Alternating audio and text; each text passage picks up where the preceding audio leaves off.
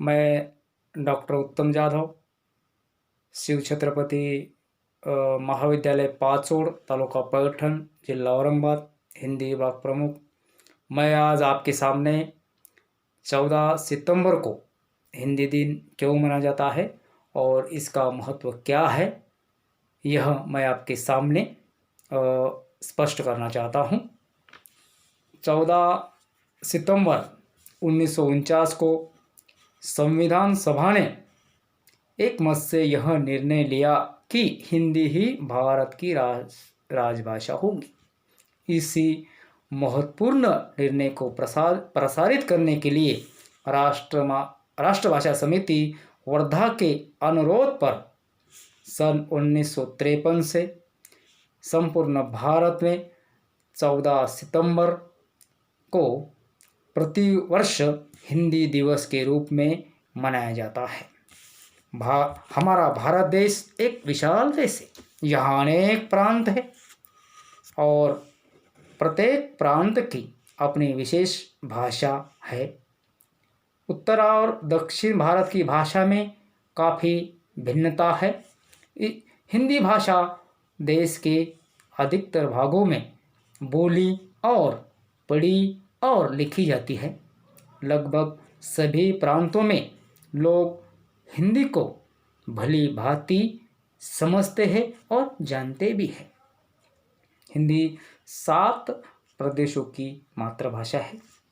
उत्तर प्रदेश, मध्य प्रदेश, हिमाचल प्रदेश, बिहार, राजस्थान, दिल्ली, हरियाणा, इन 7 प्रदेशों की मातृभाषा हिंदी है।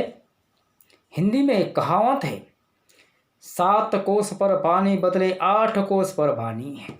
इससे स्पष्ट है कि भाषा का कोई एक रूप नहीं रहता। भाषा जगह जगह अलग अलग रूप धारण करती है।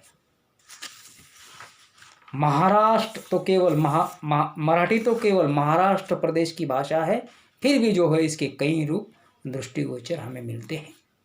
हिंदी तो 7 प्रदेशों की मातृभाषा है, उसके कई रूप दृष्टिगोचर होते हैं। हिंदी भाषी क्षेत्र में हिंदी की लगभग 17 बोलियां बोली जाती है। हिंदी की 5 उपभाषा है और इससे विकसित जो है 17 बोलियां है।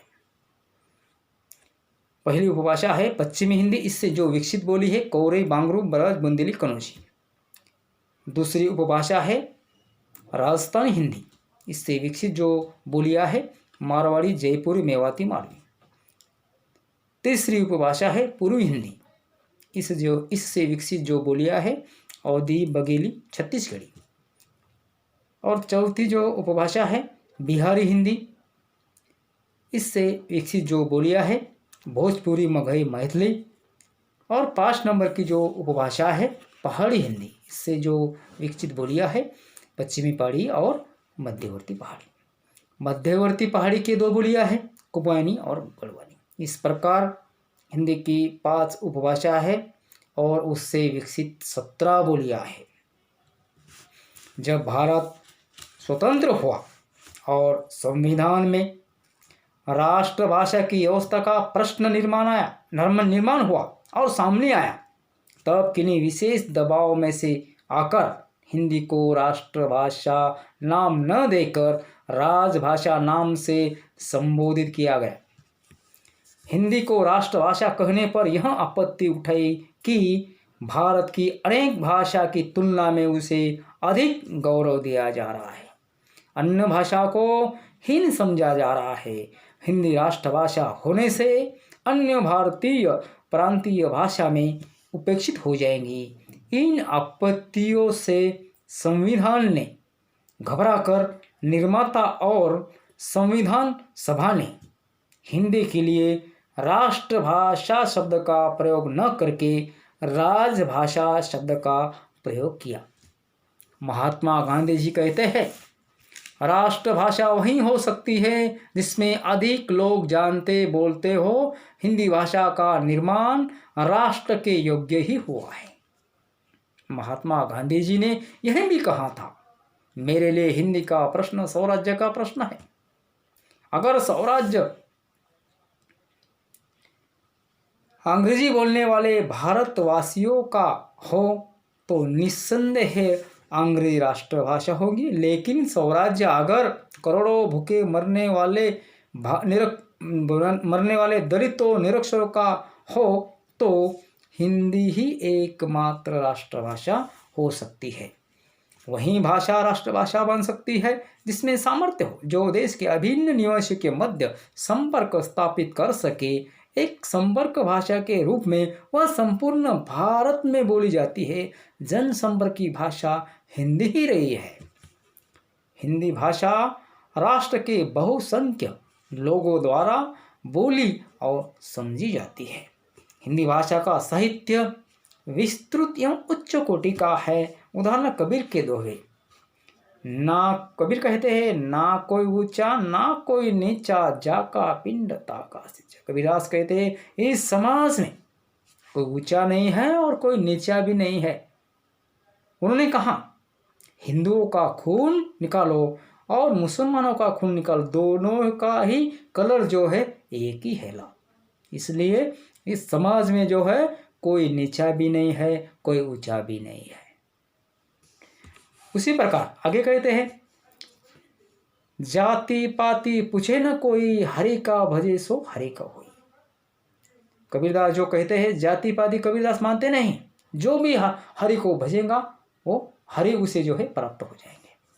कबीर आगे कहते, लाली मेरे लाल की, जित देखूं तित लाल, लाली देखन मैं गई मैं भी हो गई लाल। चक्कू बिछुर रहने की आई मिली प्रभाती, जो जन बिछुर राम से ते दीन मिले न राती। कबीरदास कहते आगे, कबीरदास ने खुद को पत्नी माना है और परमात्मा की आराधना की है और परमात्मा को पति माना है।